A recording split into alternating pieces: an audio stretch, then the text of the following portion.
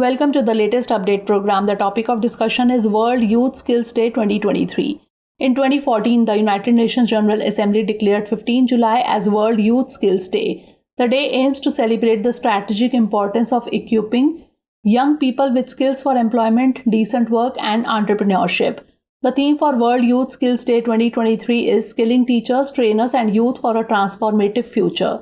The theme highlights the essential role that teachers, trainers, and other educators play in providing skills for youth to transition to the labor market and to actively engage in their communities and societies.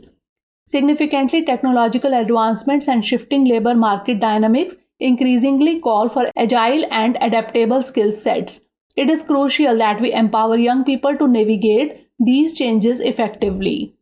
Technical and vocational education and training is well placed to meet these demands by reducing access barriers to the world of work and offering skills development opportunities for youth who are not in education, employment, and training.